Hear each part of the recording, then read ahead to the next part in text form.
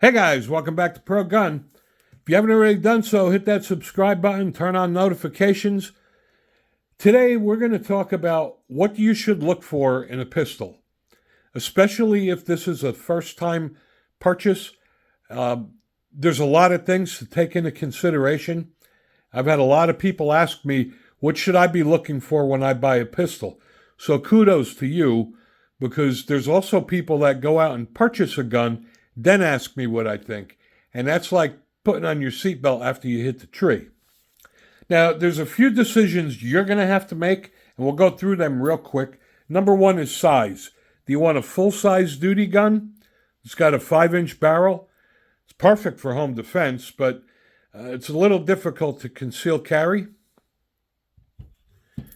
Then you have the compact, which in my opinion is the ideal situation. It gives you all the features of the full size, but it's a little smaller and it's easier to conceal. And then you have the subcompact, which is a little bit smaller. Typically, it lacks some of the features of the full size and compact, and it has a lower magazine capacity. But if you're looking to conceal and have it where it doesn't print at all and have a lighter gun, you may want to consider the subcompact. However, for a first-time gun owner, I would not recommend the subcompact. It's harder to shoot because it's got a shorter sight radius. It recoils more. There's less gun to hold on to. So I wouldn't recommend the subcompact for a first gun. Now we're going to go through caliber. And for argument's sake, we're going to go with 9mm because the recoil is less. It's very manageable. Ammo is plentiful. And there are a lot of manufacturers that make 9mm. Now, before you go online and go purchase a gun, the first thing you should do is go to your local gun shop and pick them up, put them in your hand, see how they feel. Or go to your local gun range and see if they have guns that you want and shoot them and see how they shoot. I'm guilty of the same thing. I bought guns online, had them shipped to my FFL, took them to the range, and I couldn't stand them. They either didn't shoot well or didn't feel right. So save yourself the trouble. Now, comfort is one of the most important things. So what I would look for is, does the gun offer back straps? And the back straps allow you to make the grip module bigger for larger or smaller hands. If back straps are not available, even though you like the gun, when you pick it up, it is what it is. There's nothing you can do to change that. Now, how about racking the slide?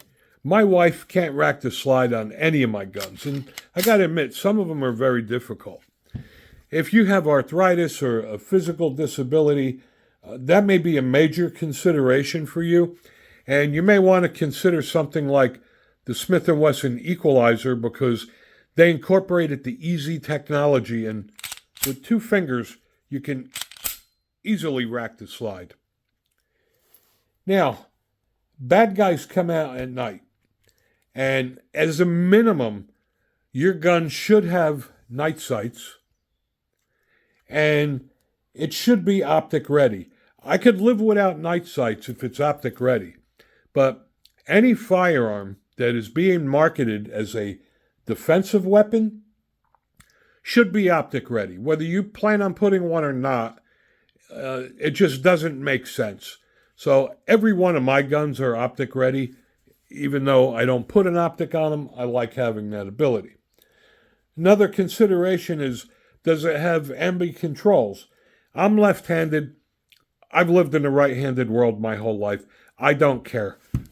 I'm used to having the magazine release on the left side, but you may feel different and you may want ambi controls on both sides. So that's something you also want to take into consideration. And then magazine capacity. Ideally, you should be able to have at least 15-round capacity. You're not going to get that on most subcompacts, but some subcompacts do offer extended magazines. But 15 rounds seems to be the norm. And then how about a warranty? You're spending your money, and some manufacturers have lifetime warranties. Glock, for instance, has a 1-year warranty. But I got to tell you, if you own a Glock, you're never going to send it in. I've never seen a Glock fail. And having a crap gun with a lifetime warranty doesn't really mean much if you have to keep sending your gun in. Now, if you want to accessorize, if that's important to you, you're probably going to want to take a look at the Glock. Glock has more accessories than any other firearm out there, if that's what you choose. But there's a lot of good guns on the market, and you should set a realistic budget for yourself between $400 and $600.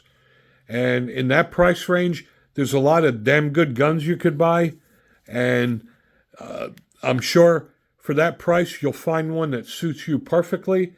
Don't forget, go to your gun store, pick them up and try them.